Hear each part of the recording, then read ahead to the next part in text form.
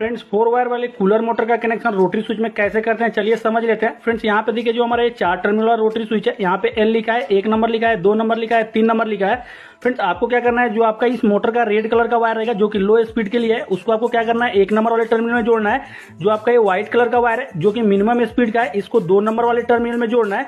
और जो आपका ये ब्लैक कलर का वायर है जो कि इस मोटर का हाई स्पीड का वायर है, इसको आपको क्या करना है यहाँ पे 3 नंबर वाले टर्मिनल में जोड़ना है। उसके बाद फ्रेंड देखिए जो आपका सप्लाई का 2 वायर रहेगा, इसमें से फ्रेंड्स आपको एक वायर को लेना है और जो आपका रोटरी स्विच का एल वाला टर्मिनल रहेगा इसके साथ जोड़ देना है। उसके बाद फ्रेंड देखिए जो आपका सप्लाई का एक वायर बचेगा और जो आपका मोटर का ब्लू कलर का वायर बचेगा जो कि इसका कॉमन का वायर है, इसको आपको एक साथ यहाँ पे जोड़ना है। जोड़ने के बाद फ्रेंड्स क्या करना है, आपको इसमें टेप को लगा लेना है। लगाने के बाद फ्रेंड्स एक बार मैं आपको चालू करके दिखा देता हूँ। फ्रेंड्स रोटरी स्विच को एक बार घुमाएंगे मोटर लो स्पीड में चालू हो जाएगा, फिर घुमाएंगे तो मोटर मीडियम स्पीड में चालू हो जाएगा और फिर रोटरी स्विच घुमाने से मोटर हाई स्पीड में चालू हो जाएगा और फिर रोटरी स्विच घुमाने से मोटर ऑफ हो जाएगा। फ्रेंड्स इलेक्ट्रिकल के नए नए वीडियो देखने के लिए चैनल को सब्सक्राइब कर लीजिए। चलिए मिलते हैं एक नए वीडियो में।